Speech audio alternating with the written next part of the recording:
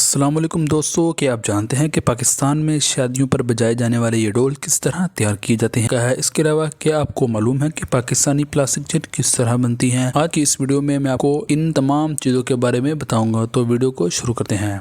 दोस्तों, हमारे यहाँ शादी ब्याह के मौक़ों पर ढोल बजाना बहुत आम बात है। जब भी कोई खुशी का मौका हो, लोग ढोल वालों को बुला लेते हैं और फिर महफिल को खूब इंजॉय करते हैं। ये बात तो हम सब जानते हैं कि ढोल लकड़ी से बनता है, लेकिन क्या आपको पता है कि लकड़ी से ढोल तैयार कैसे किया जाता है?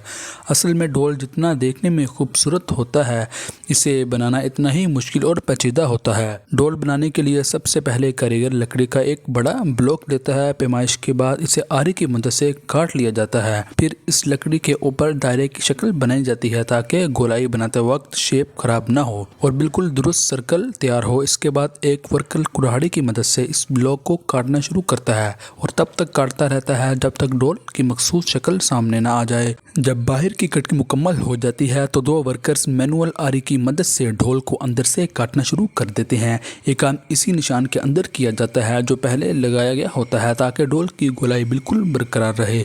पूरे प्रोसेस में ये मरला सबसे ज़्यादा मेहनत तलब होता है। जैसा कि आप देख सकते हैं कि लकड़ी को काटना कितना मुश्किल काम है। इसके बाद ढोल को एक रोलिंग बेल्ट पर रखा जाता है। जैसे ही ढोल घूमता है, एक वर्कर टूल की मदद से इस पर डिज़ाइन भी बनाता है और लकड़ी को हमवार भी करता जाता है। अब बारी आती है ढोल के दोनों सिरों पर असल चीज़ लगाने की। दरअसल ढोल की आवाज़ मेम्ब्रेन कोरिंग की वजह से होती है, जो ज़्यादातर बकरे या गाय की सूखी हुई खाल से बनाई जाती है। जब इस पर स्टिक लगती है तो आवाज़ पैदा होती है।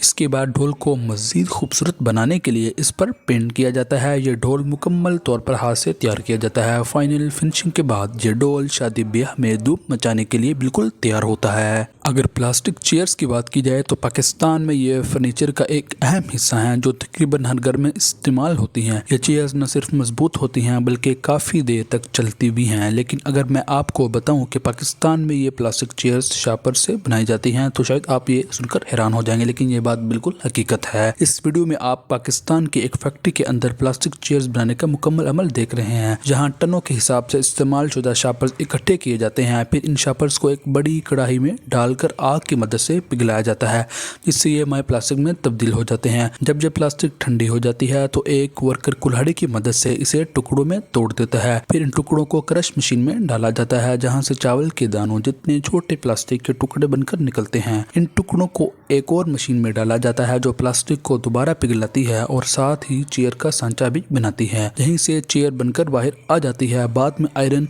स्टिक्स लगाकर चेयर को मुकम्मल शक्ल दी जाती है और नीचे हैंडल्स लगाए जाते हैं, जिससे इसकी गिरफ्त मजबूत हो जाती है। इस तरह प्लास्टिक चेयर तैयार होकर मार्केट में फरोख्त के लिए बेच दी जाती है।